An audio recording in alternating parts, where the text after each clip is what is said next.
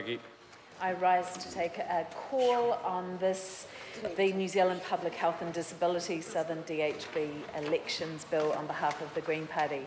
The Green Party is continuing to oppose this bill at third reading on the basis that it denies Southerners the right to vote for their DHB in the 2016 elections. This is another piece of legislation that the government has put before the House, removing or compromising people's right to vote in the South Island.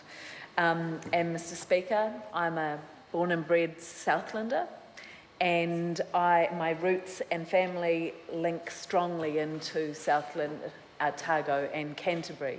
And so this is to me an issue that affects my family. And I believe passionately in the right of people to their democratic rights. I understand the issues that led to the appointment of the commissioners and the removal of the DHB, and I will speak to that a little bit more.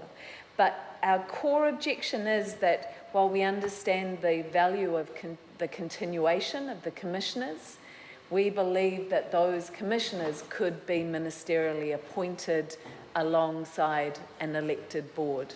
And we have not heard any reason given from the government of why that could not happen. So they've said it's not legal, though they have the power to appoint people to the board. It doesn't seem to make sense to me that they could not be appointed. And I do object to the inference of this government that Southerners don't know what's best for them. You know, I'm sometimes caused to doubt that belief when I see National Party members elected in some areas while removing their rights.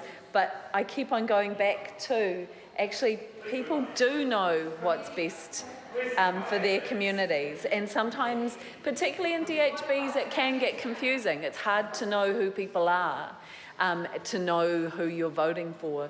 But the answer to that is not to remove people's right to vote, but it's actually to put more resource into supporting those democratic conversations and the connection between the democratically elected representatives and the people. And we need more resource into that in the country. And I do think, while the system may not be perfect, it's the best system that we have, and it's what gives all of our processes legitimacy.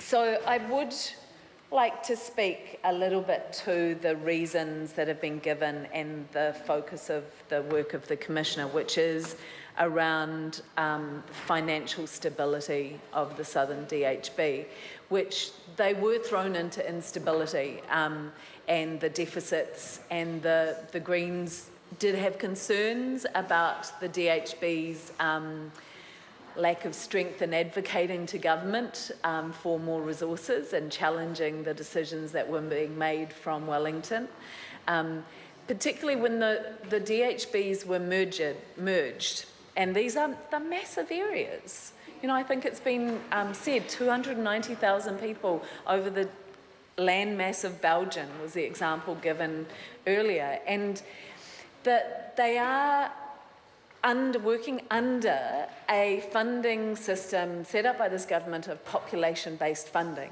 And we know that population-based funding works quite well for medium-sized population, relatively dense populations. There are two key areas where it doesn't work so well, and they are rural populations, where the population is well spread out, and you don't have that density of population.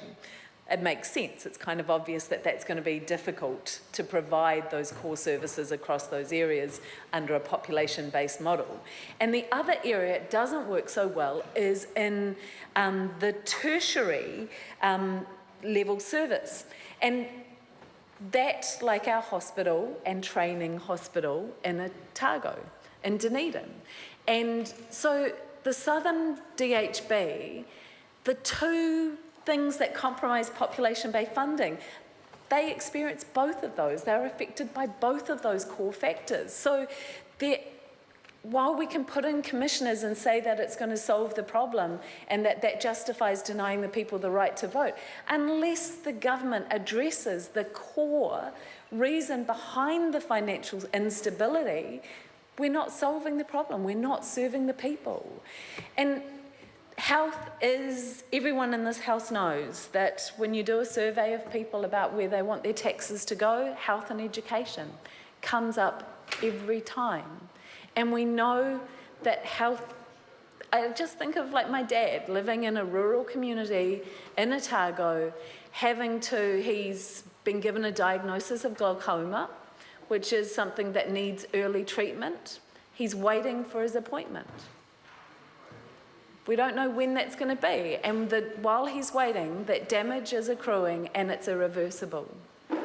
These health care and health services matter to every single family in the southern region, in the cities and in the rural areas. And it doesn't just affect the people who are facing illness or disease, it affects their entire family. And as a country, we need to do better.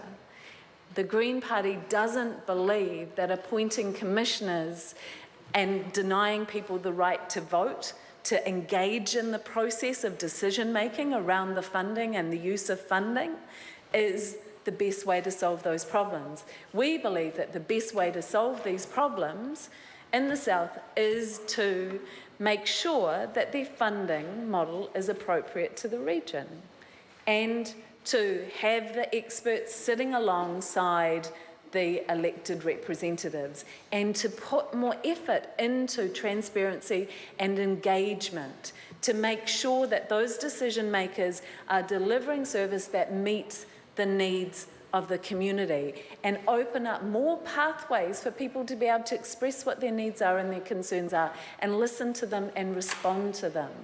Removing a level of democracy and saying, actually, we think Wellington, our vision of what's important and the needs of this community that's more important than yours, that's not the way to shift that system and make it more responsive to the needs of the community.